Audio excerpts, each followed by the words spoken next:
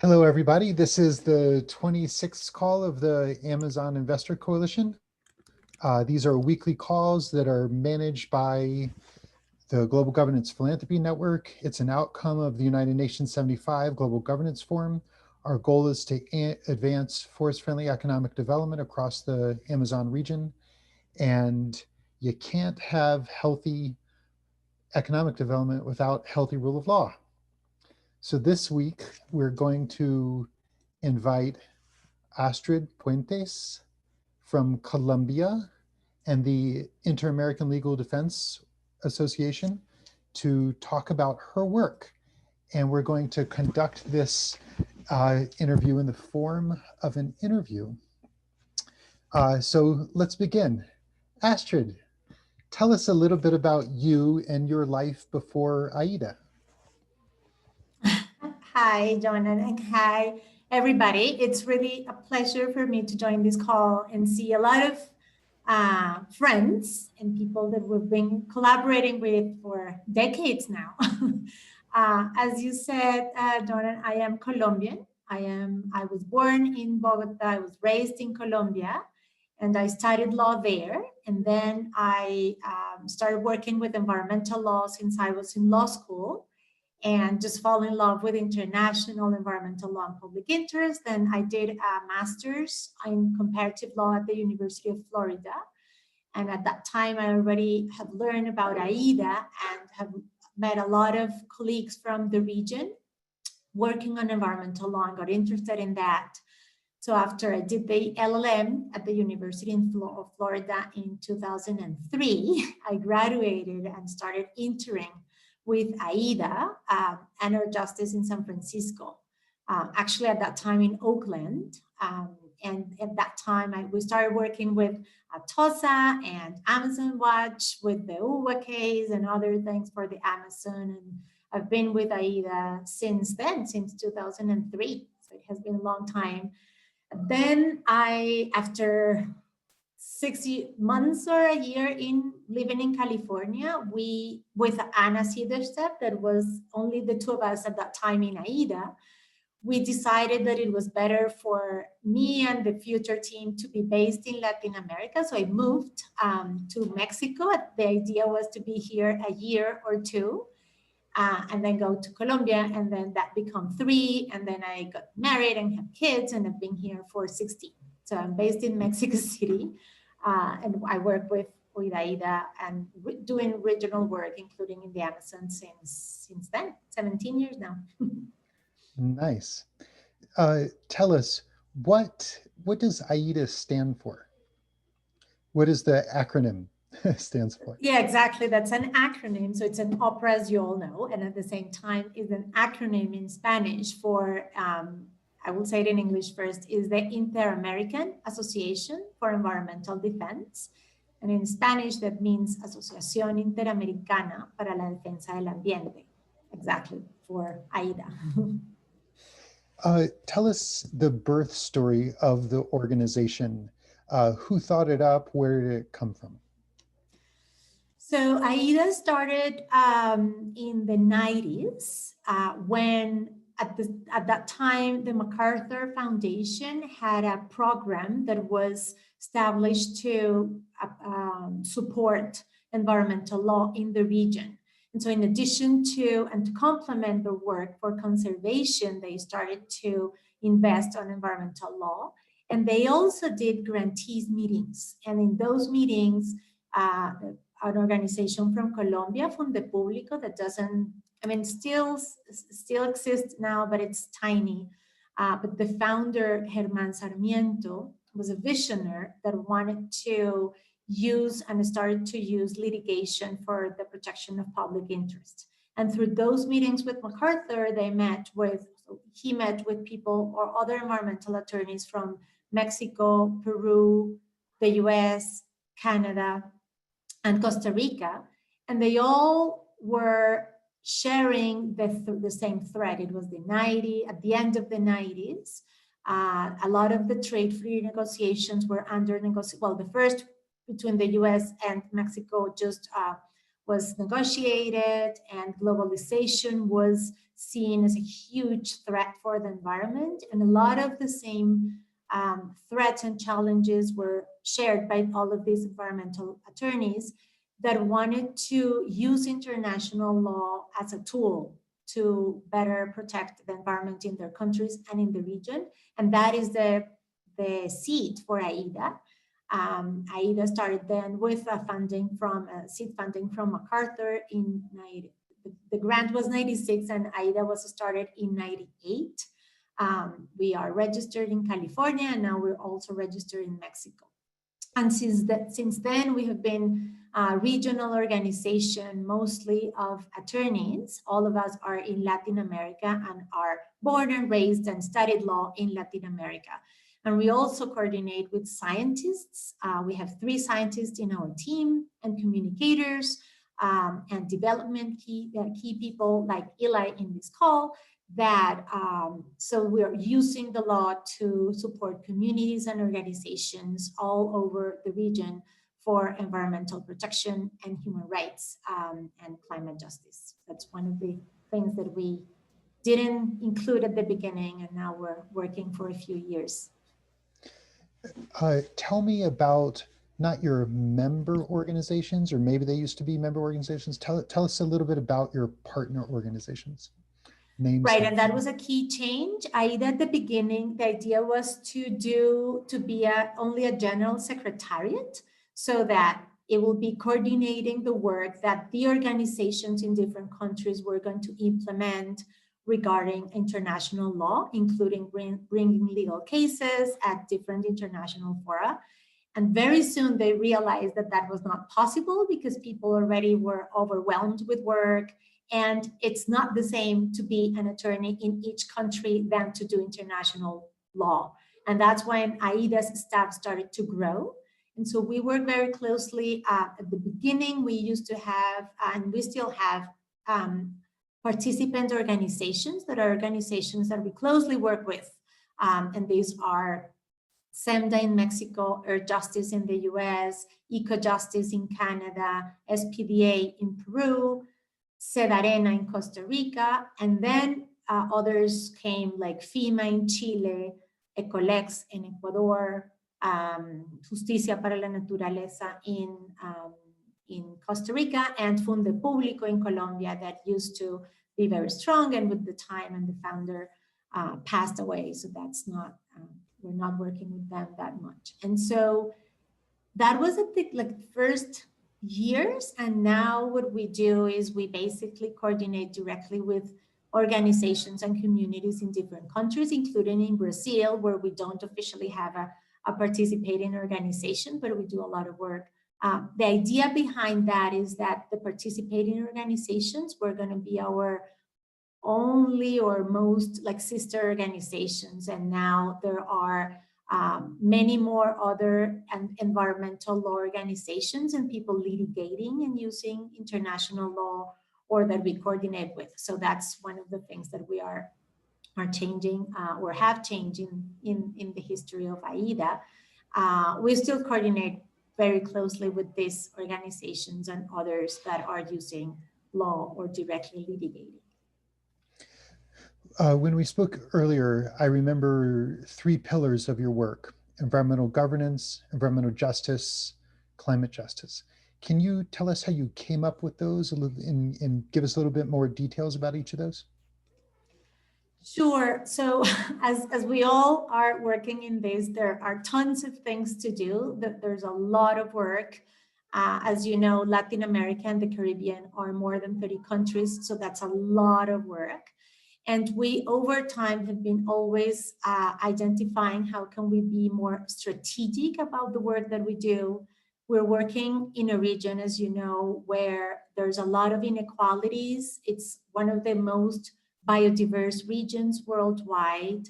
We have mega diverse countries like Brazil, Peru, Colombia, Costa Rica. And so at the same time, you also have wonderful constitutions and sometimes legal frameworks, and the rule of law is one of the challenges.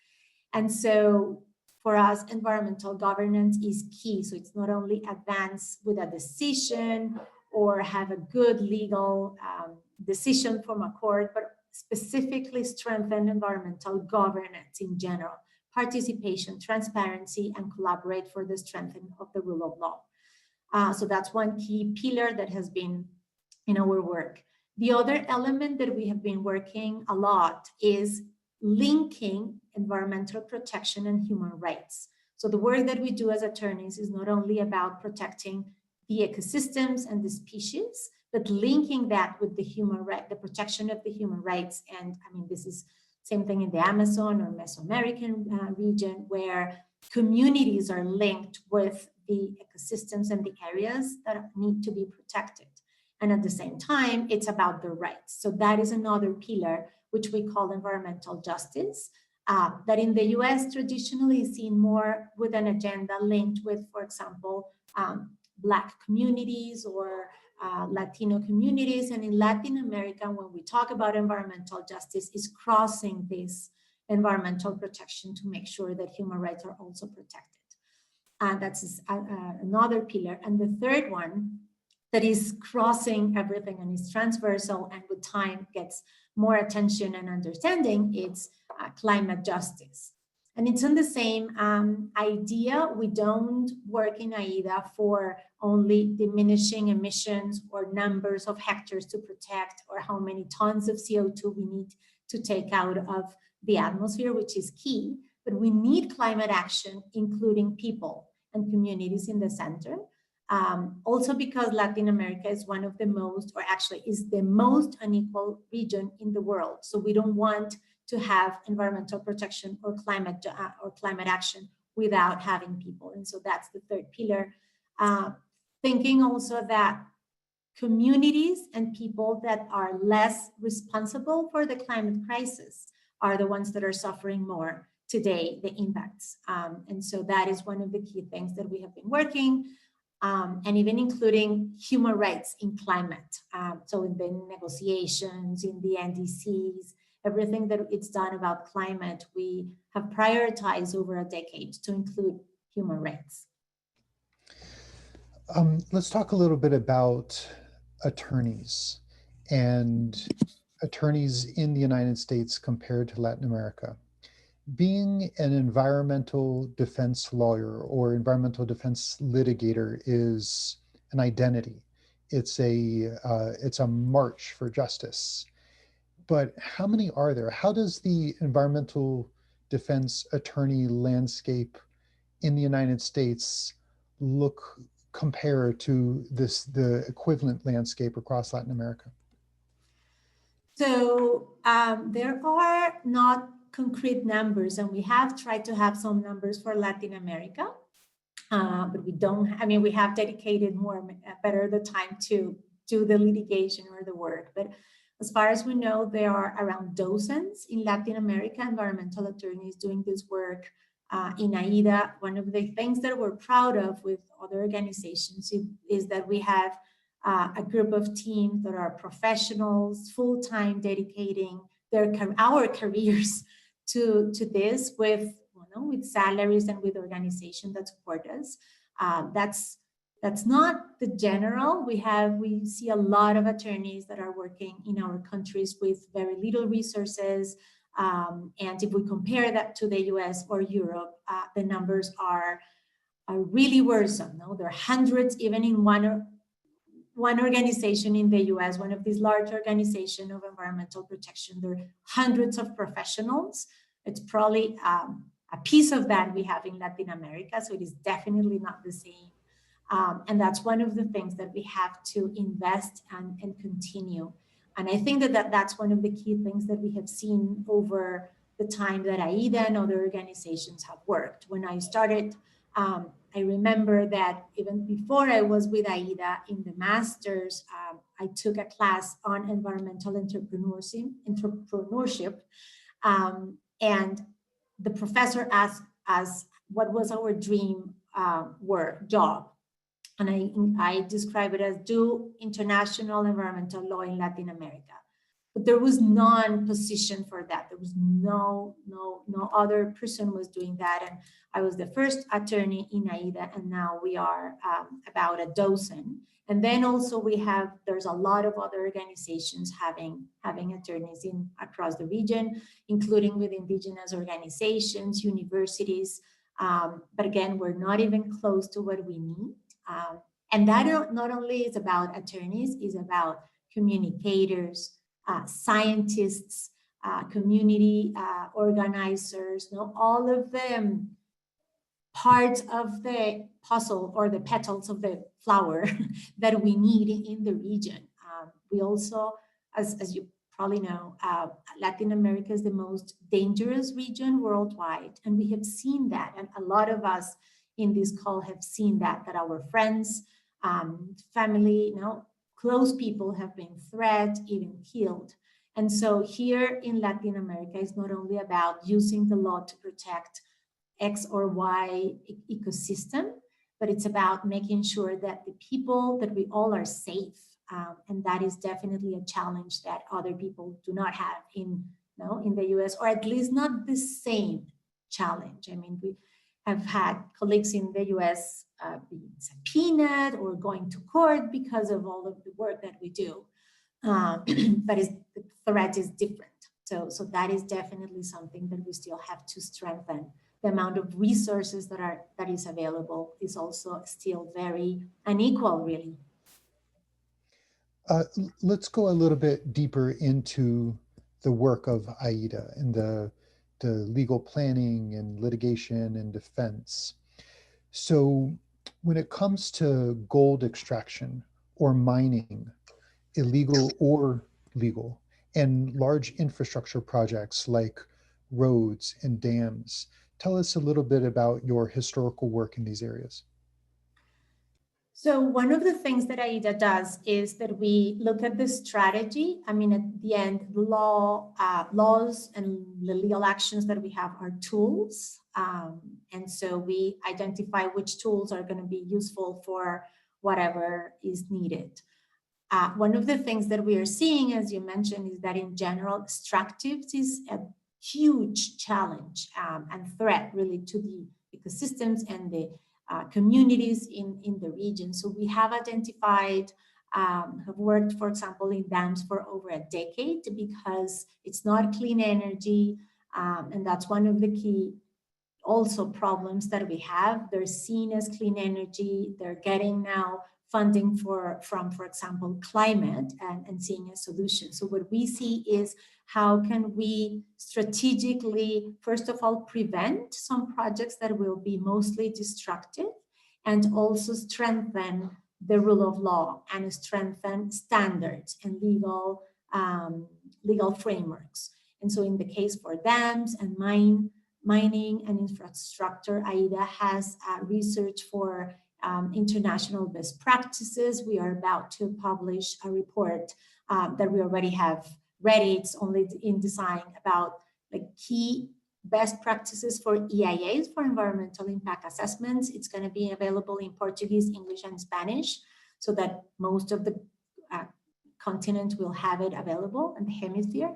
And so we are identifying strategically how to create these general legal best practices to implement in specifically projects.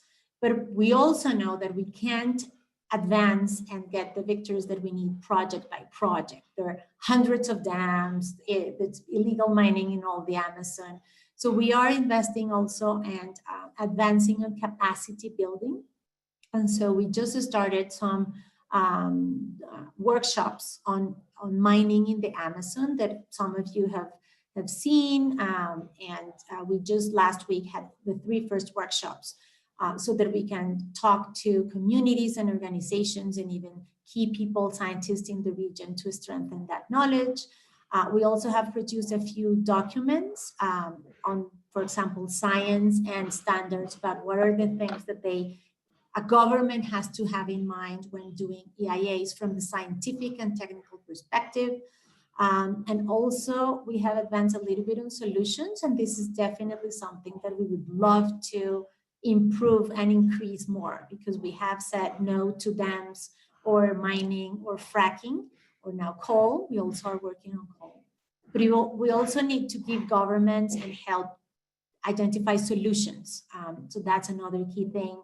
And we have seen that there's a lot of communities that have implemented solutions that are key.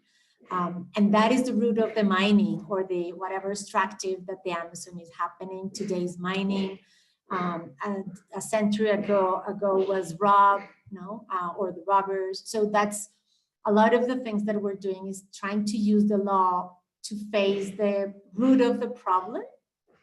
And using international law has been key because our countries use international law as a source.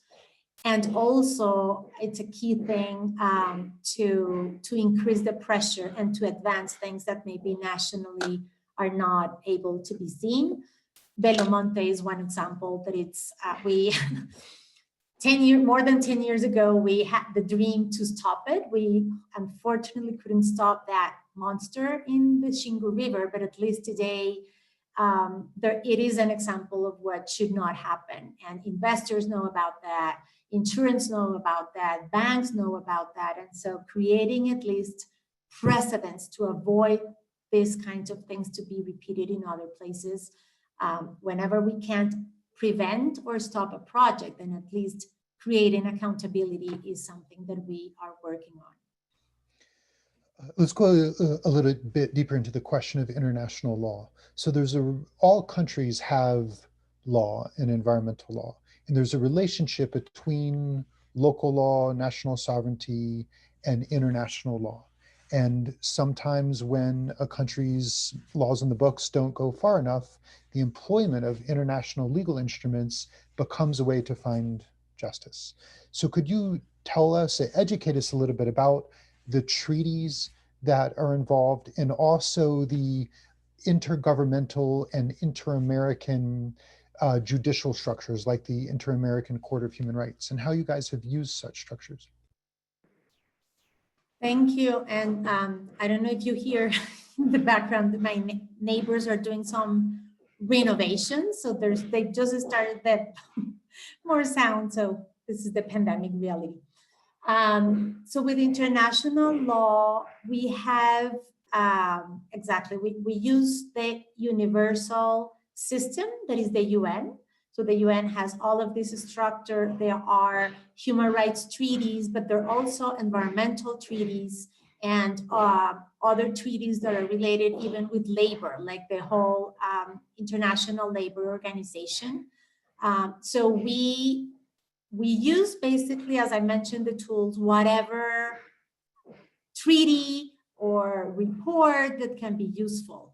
But in general, the UN has, for example, not only the treaties, but also special procedures that are called the rapporteurs. And there are more than 20 rapporteurs or special rapporteurs for a lot of different topics. And so that is something that we can use. And in addition to that, we have the treaty bodies. So each treaty, even there are dozens of treaties, but the treaties on the rights to children, the treaties on the elimination of discrimination, the treaties on the elimination of discrimination against women. There are several treaties that can be used, and we have used them at the UN, less than the Inter-American system, but we also use that. And the other system that you mentioned is the regional system, where is in the it's the Organization of American States. So it's in this hemisphere. And there we have the Inter-American Court, we have the Inter-American Commission, and we also have the possibility to have rapporteurs or the political space with the General Assembly. That's a lot of challenges with the geopolitics today, as you can imagine, but at the same time, there are different scenarios that can be used. One of the things that we are very proud of, and I think that this is a key tool that we still have to use more, is that recently the Inter-American Court has an advisory opinion. So it's not under a case litigating a community or a person against a state, but was an opinion that the state of Colombia requested to the court asking about obligations of states linked with human rights when there is a threat to the environment. The advisory opinion is number 23 of into 2017, and that one establishes and clarifies the obligations regarding the environment, including related with indigenous communities and others. And it's the first time that a court of that level worldwide recognized that climate change exists, for starters, and that it's linked to human rights. And so that is a decision that we're using not only regionally, but also and more nationally.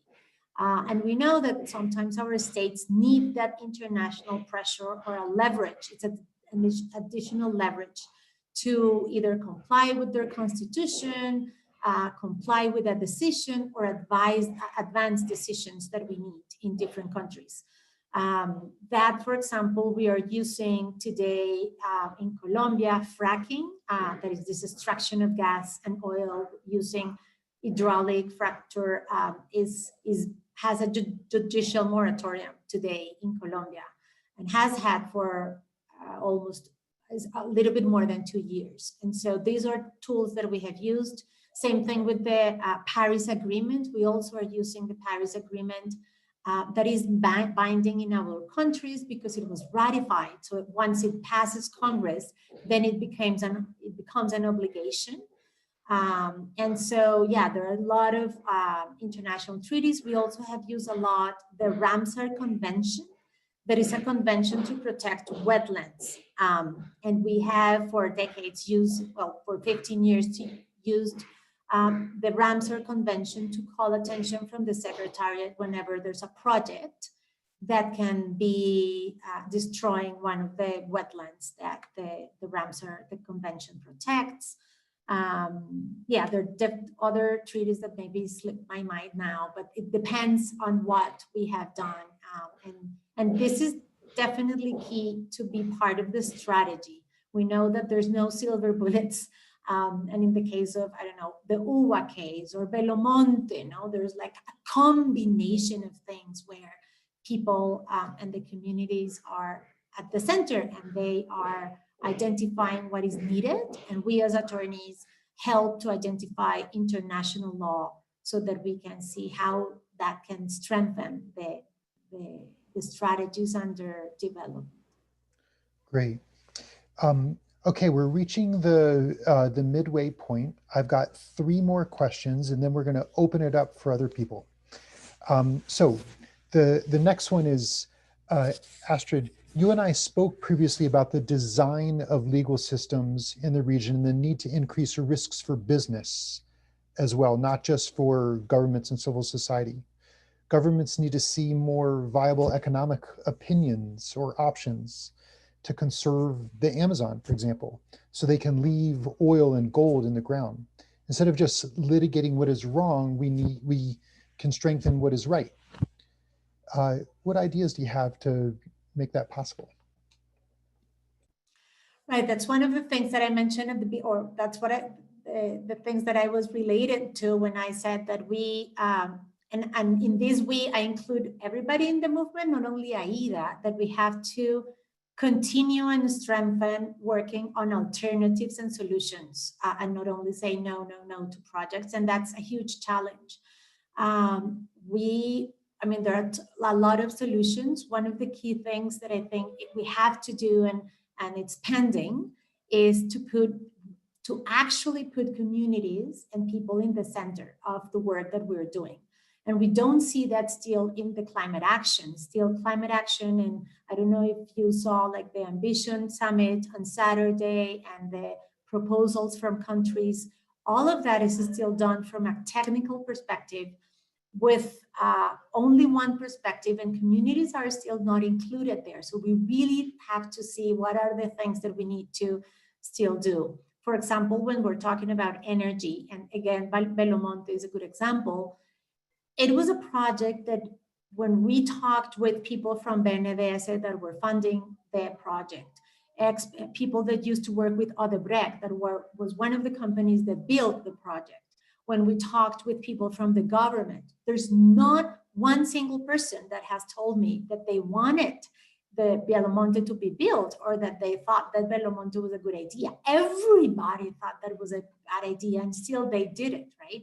So making sure that frameworks are implemented, and that we see other opportunities from the Amazon beyond extraction of anything, whether it's biodiversity, oil and gas. There are a lot of other possibilities for protecting, and we need to do that in a way that is profitable for communities in also.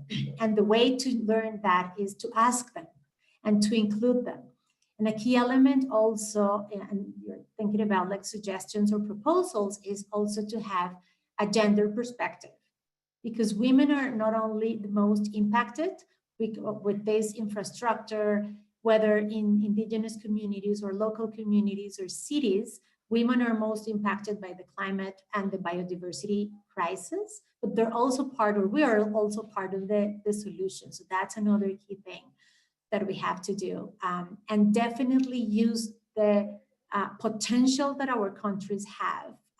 It is possible to do energy transition. It's possible to do it correctly.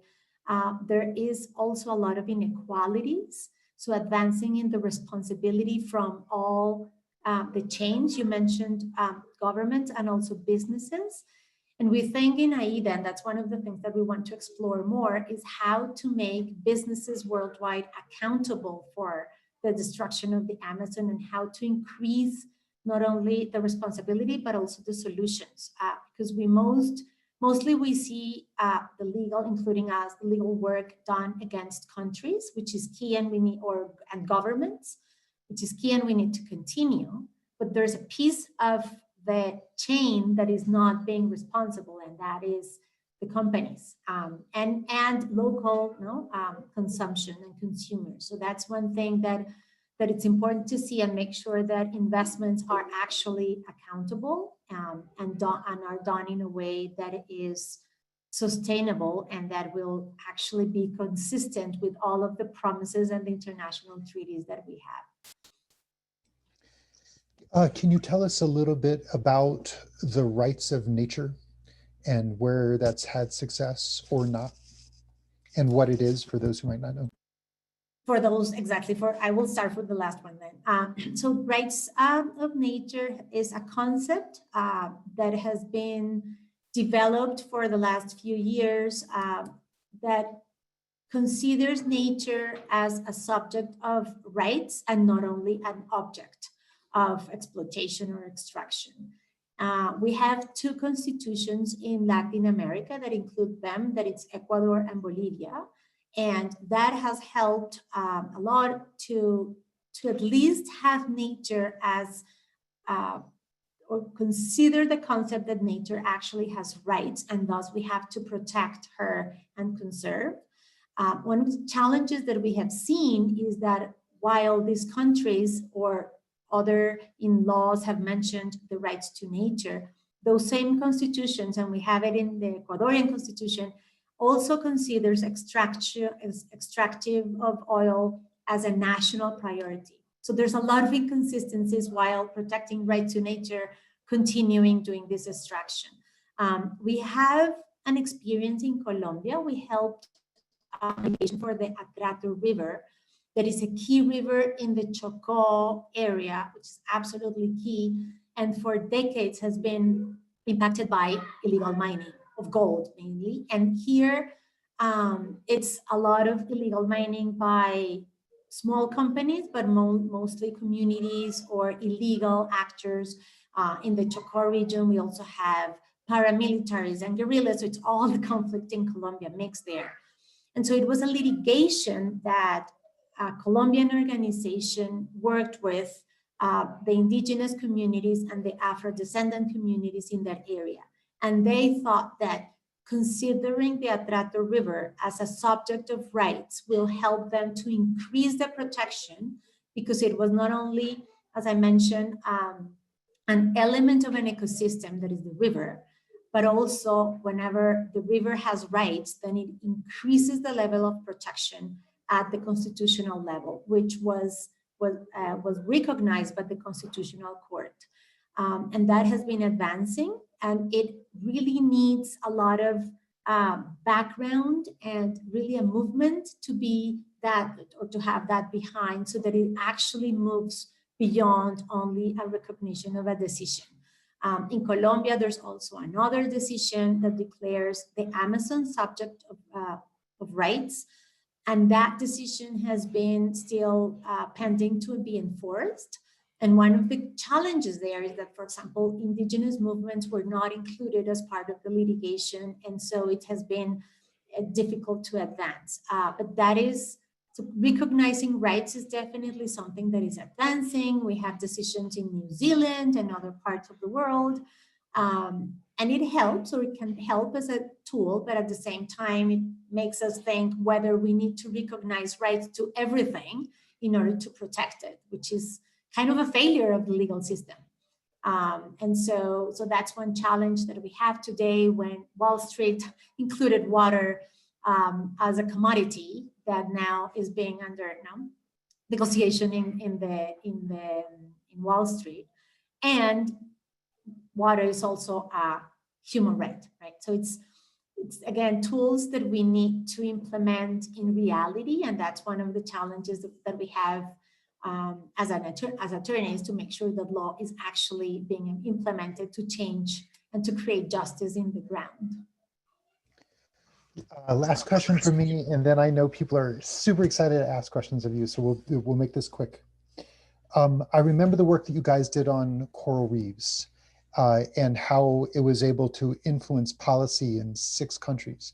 And it inspired me to imagine that there might be some model package of legislation that could be delivered to subnational governments or national governments around the Amazon region. Could you just tell us a little bit about that experience, and we'll be able to extrapolate from it how it would be helpful for the Amazon? Right, so that was a work that we have worked on the protection of coral reefs and marine for all the 20 plus years of AIDA. And for years, we have been trying to convince governments why it was important to protect coral reefs. And there's international law and other laws and legislation. But it was hard to advance those legislations. One of the things that we started doing also is to identify best practices. So even from the psychological perspective, to talk with governments about positive examples of what kinds of things they can do. That was one shift. And the other thing that helped a lot is to help governments understand how much they were actually also losing by destroying a hectare of a coral reef. Because for Costa Rica, for example, it was about 6 years ago, we used, working with environmental economists, identify that 1 hectare of a coral reef produced about $600,000 per year, $600,000 per year. That was something that they were not even considering. So we started to collaborate in those conversations and then helped identify how the government, with the analysis of the legal frameworks, how they were not conserving coral reefs, and they were basically considering coral reefs as invisible. And so we started with Costa Rica. That is, I know that is not the typical government that we have in Latin America. There's a lot of differences, perspectives there. But we started there with a regulation, or helping the government to advance a regulation to protect coral reefs. And then we collaborated with other countries, as you mentioned, now 6, to start having at least regulations to better protect those areas that are key.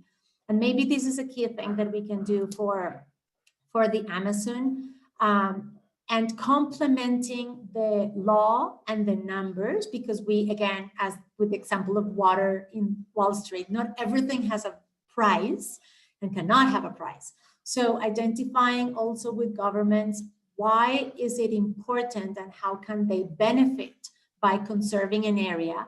And it's not only because we want them to be green and we don't want anything to be developed, but actually it was a good investment for government to protect coral reefs. And so that is something that we have advanced with Guatemala, Colombia, Honduras, Costa Rica, and Nicaragua. Okay. So, and Belize. Mm-hmm. Great. Thank you. My mind is swimming. Okay. Maite, please introduce yourself, and you're first up. Hi, good afternoon, everyone. My name is Marina Teresa Campos, but people call me Maite. So I am from Brazil, and I work as an executive director of Connexus, which is the Institute for Sustainable Connections. And we are currently working with community-based enterprises in entire Brazil, not with a special focus on the Amazon, but in lots of regions, working on to improve their business models, open different channels for commercialization, as well as creating a whole suite of financial investments that they can grow and that they can be a stronger, inclusive Amazonian economy that we always hope to have. But thank you so much, Astrid, for your conversation, actually, because it was not even a lecture, it was even more pleasant. So I know I have heard a lot about the AIDA work, but I had never had a chance to meet anyone from there. So it's a major pleasure for me. But and I do know the importance of using international law to leverage and to call international attention to a lot of things that happen nationally. But ultimately, I'm not a lawyer, but ultimately, as far as I know, people got the fines or go to jail or all these things in their national court systems. And as you can imagine, all our national court systems, at least I can tell you more about the one I know in Brazil, it's really, really slow. And things really take, if things get some kind of ending, it takes decades. So how can we work in really improving rule of law when you have a judiciary system that is so slow and so counterproductive? I don't know if, what other things can be done that you see could be possible? Thank you. Should nice to meet you, Marina. I think that we met in a COP or something. I have a recollection. So that's one of the key challenges that we have. The rule of law in our countries, it's very slow. And even the fact that when we go to law school, there's no environmental law in law schools yet. I mean, there's some universities that are advancing. And so when we go there, for judges today that are maybe in their 60s, 70s, I mean, they never took environmental law. So one of the key things is how to educate judges on that. And there's other organizations with that. We did some efforts in Bolivia over the summer or the spring with more than 1,000 Bolivian environmental lawyers who were very interested in environmental law. So that's definitely, and as I said, there's no silver bullet. One of the things that we have seen, and Belo Monte and even Hidroituango in Colombia are good examples, where using international law is a way in which we can increase accountability, and that processes nationally in the courts advance because they know that there are eyes looking at them. Recently in Brazil, with the climate litigations, there was, for example, an amicus by the UN Special Rapporteur on Environment and Human Rights. And so that is a way in which we can definitely collaborate. And one thing that I think that I didn't either mention or was very clear is that we can use international law in national courts and advocacy as well. And so that is something that we do. We do a lot of amicus. So there are briefings to support national litigation. A lot of, I mean, as much as we can, because we're about 30 in the region and 15, including 15 attorneys, but we review a lot of the legal briefs that our colleagues prepare, even in Brazil, for example, from MEPF. And so help to prepare them how to incorporate international in their arguments so that these can be advanced. But yes, Marina, we don't have, I mean, the legal system that we have is what we have. And so it is not only that, but by doing that, it's not going to only that help. And at the same time, we systematically hear communities saying, we need an attorney, we need a lawyer, we need a lawyer. Yes. So that is definitely something that is needed. And just to finish, that is also something that we see that works to influence the business sector and the financial sector, because, and again, Belo Monte is an example. We, after years, helped, now that the Norwegian pension fund decided to take out Electrobras from their list of investors, And we have been litigating Belo Monte at the Commission and at the Inter-American Commission for more than 10 years. There are dozens of litigations against Belo Monte in Brazil going nowhere. And the biggest thing that has happened was this year, Electrobras being taken out from this investment. So again, this is what I mean about coordinating strategies. With Hidroituango was the same thing. Now there's a criminal prosecution against the decision makers of this dam that is the second largest in Colombia. And by the time that we brought a case, the community brought a case that we support them at the IDP mechanism, accountability mechanism, no one wanted to talk about anything bad about the dam. And now that the fact that there's a case with no teeth, by the way, I mean, MISI at the IDP doesn't have any teeth, but the fact that their eyes from this mechanism helps advance a criminal investigation, a civil action in Colombia, so some responsibilities. Great, thank you. Hey, John, you're next up. Please introduce yourself and go ahead and go straight into your question. Great, thanks, Jonah. And thank you so much, Astrid, for the talk and presentation today. This is really, really interesting. John Meissner from MXV Ventures in Oakland, California. So you talked a little bit about valuing natural resources like the coral reefs and how that was a method to show the governments that there's what the actual value is beyond sort of extraction or degradation.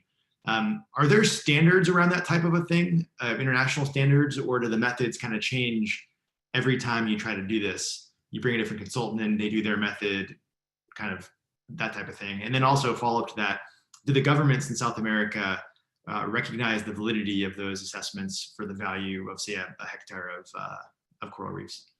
Mm-hmm. So, John, there are not international standards for valuing that. And there is, as you probably know, there's a lot of controversy to even talk about that.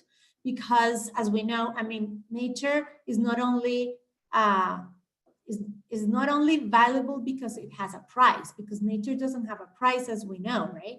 But when we're talking about investments or projects, it is important for governments to see why in the balance a project is a good investment or not. And that is something that is why we're working a lot with these investments or with these procedures. This is one of the key things that we still need to do. In the environmental impact assessments, for example, and policies, nature is not included. The value of nature is not included. So it's free, it's illimited. So water is not illimited, as we know. And so making sure that even though that those costs are adequately included is a key thing. And that is something that has helped a lot in fracking, with the fracking discussion in Colombia, for example, that the government has seen that they need to include the cost of how much money, if there is an accident or the lack of the certainty of the fracking, how much money the government will have to be investment in if something goes wrong with fracking, and they know that. That's another thing that helps a lot is the insurance, the insurance policies. And I think that that's a key thing that we have to learn from the no coal or the stop coal campaigns worldwide, where one of the things that they have done is to increase the insurance of the coal projects. And there's a lot of insurance companies that are not investing, that are not insuring coal because it's way too costly. The Hidroituango Dam that I mentioned before in Colombia, because of the disaster of the EIA and everything that was done wrong because it was wrong planned, it is today the biggest loss for the insurance business worldwide in a construction project in history, right? It's huge. And I mean, we have been sharing the information. AIDA, by the way, is tiny, we're 30, including admin and communication. So we do everything that we know, but or that we can. But this is the key for examples that we need to share. I mean, a dam that was very bad planned, there was millions of dollars investments, and today it has been the biggest loss in history of the insurance construction because of the, it's not an accident, one of the tunnels collapsed and flooded all the turbines. And so these are, John, we don't have those standards. We have to advance that, but I think that we also have to advance smartly and strategically in this example, like how to document that so that governments and banks and investors actually see that it's not about hugging the trees and it's not about saving the penguins. It's that we are investing in the wrong way. No, it's a lot of money they're losing. I mean, for others are human rights and the rights to nature, but even for business sector, they are losing millions of dollars by not protecting the environment and human rights in the right way. Thank you. That's great. That's a serious dam fail. Wow. No kidding. Atossa, you're up next. Hello, Astrid. I'm really delighted to hear your presentation today. And, I've worked with Astrid since the 90s, since the beginning of AIDA. We've worked on several big cases together. And I'm, just so grateful for your work. So I think it's so important. And I hope that AIDA gets to grow significantly to basically scale up the work you're doing, because we need legal defense everywhere. I just want to make one quick comment and then a question. I think that the combination of campaigning with communities on the ground, doing PR and campaigning targeting investors and financial institutions that are funding the mega projects just goes hand in hand with the legal strategy and feeds on the legal strategy. We saw that in fighting the Bella Mancha Dam or the UA case in Colombia and many others, that those two things are really both need to be resourced and seen as complementary. Definitely, even if a case is filed and doesn't seem to get through the courts in time, the investors basically have due diligence staff. They're there to really look for risks. And anytime there's a legal action, that's a red flag for investors to do due diligence. And that makes a difference. It gives us power and leverage, and often delays, buys time.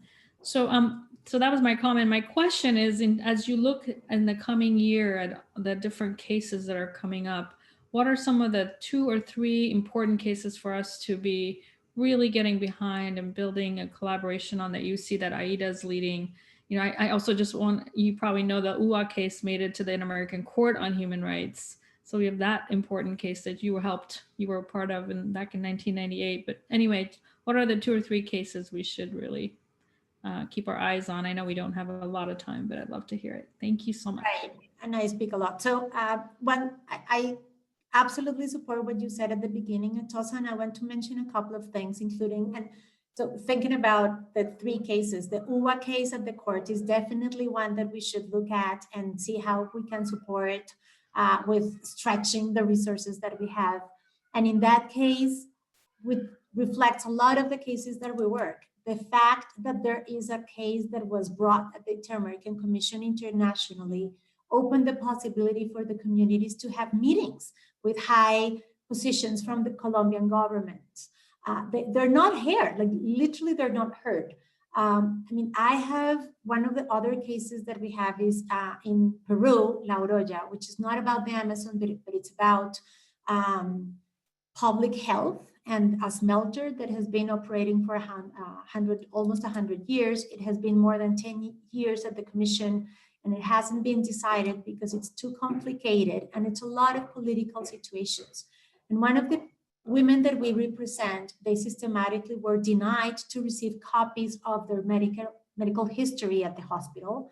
And just because I was with them without speaking a word, they were given copies of their medical history. It's insane, the inequalities and the discrimination that we have.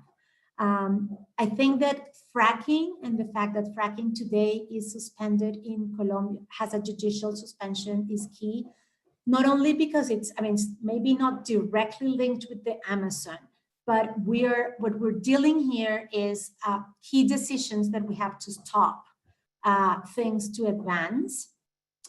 There are a couple of cases on the Amazon, one in Peru at the Constitutional Tribunal about kids that sue, it's a climate litigation, kids that sue the Peruvian government so that they have their rights protected.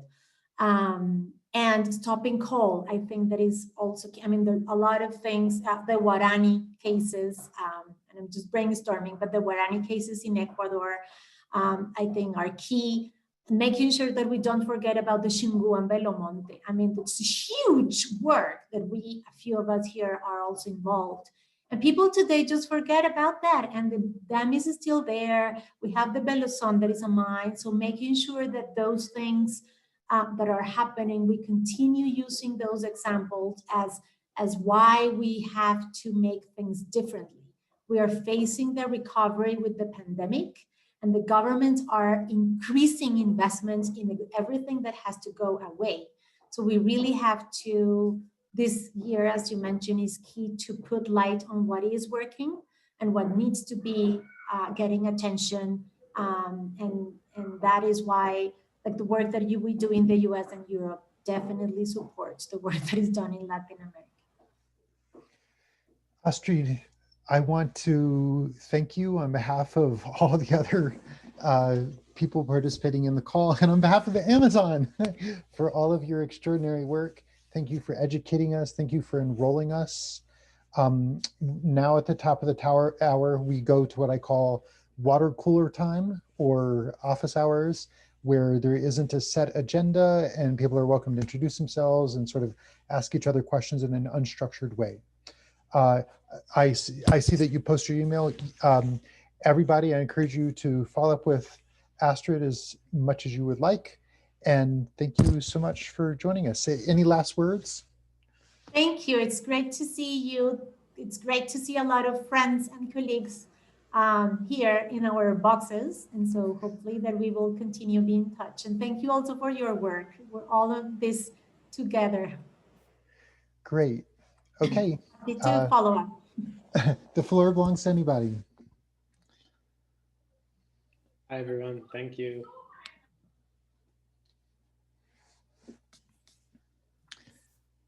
Most people will probably get off the call, but usually a couple takers.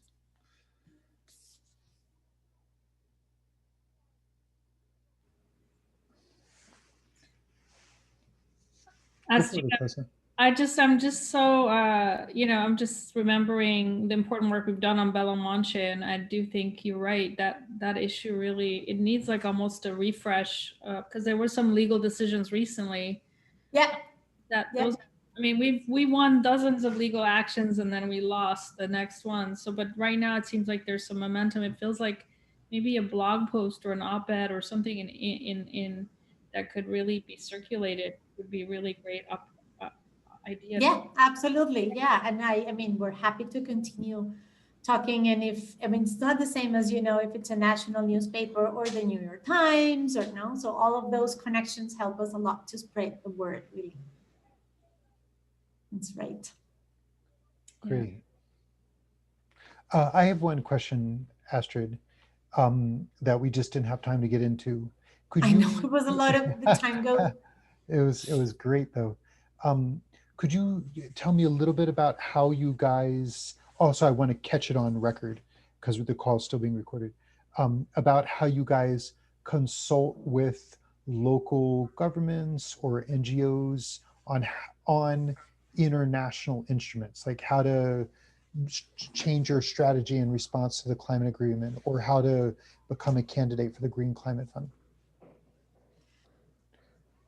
So that's a key thing, John. And one of the things that we have seen is that a lot of times, and that's why I always continue to mention like these toolkits, because sometimes when we talk with governments and authorities, they don't know that there is the Ramsar Treaty to protect this wetland, or that there is this obligation.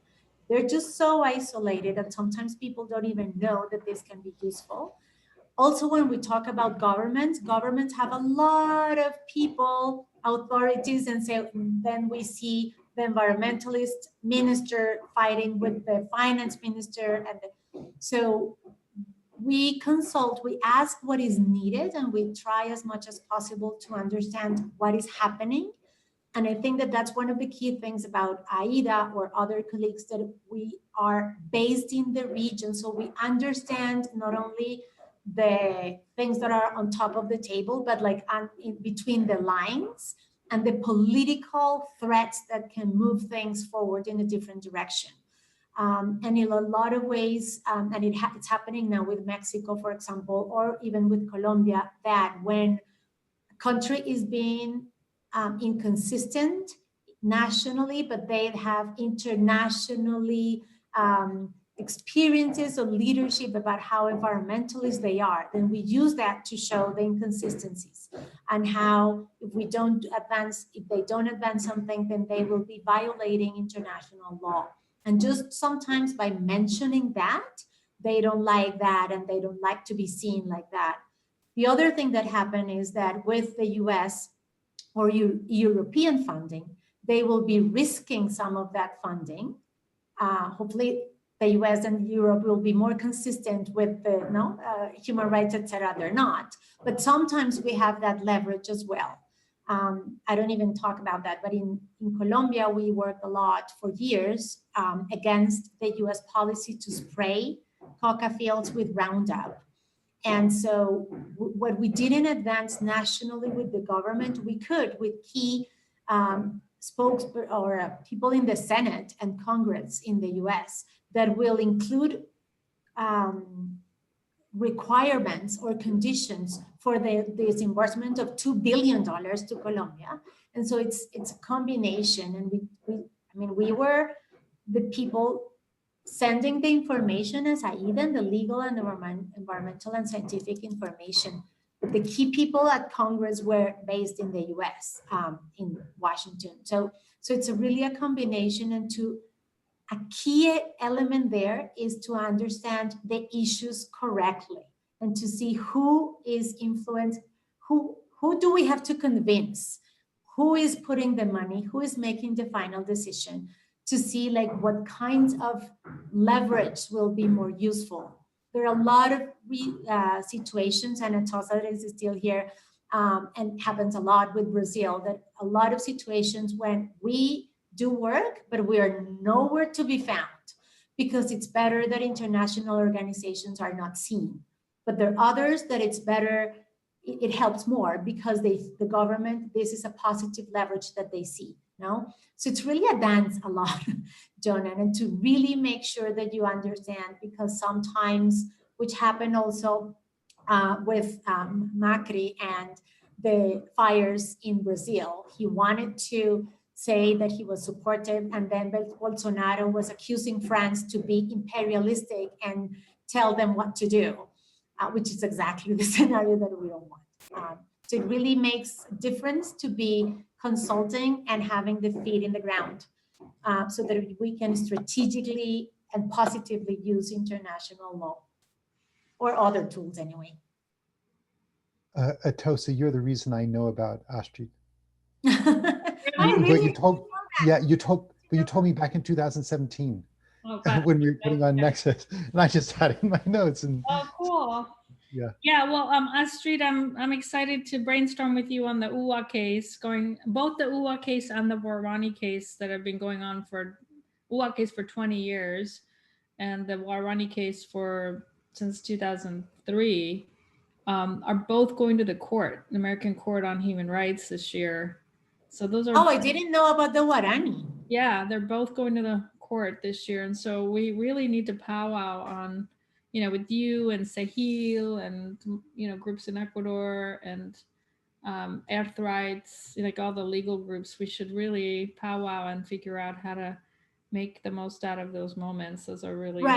Right. And because we need the court to implement, that's why also I mentioned the advisory opinion. We need the court to incorporate those decisions to cases and to talk about climate. And the commission is very shy. They say a lot of things or some things in reports, but not in cases. And what makes governments advance is decisions on cases. Because if not, we're just going to have standards without being implemented. So yes, we definitely have to continue brainstorming. We should coordinate a call next, like in January or something. Like I'm sure that we are all top for this year, but yes, we're full. But thank you so much, Astrid. Lots of love. Jonah, thank you for your continued leadership. I'm going to jump on another call, but I really Yeah, Jonah, thank you very much for putting us together. And I was so excited to see a lot of friends, including Atosa, and Amalia and David, and I remember others in this call. My great pleasure. Thanks so much for joining. Diana, absolutely. Okay.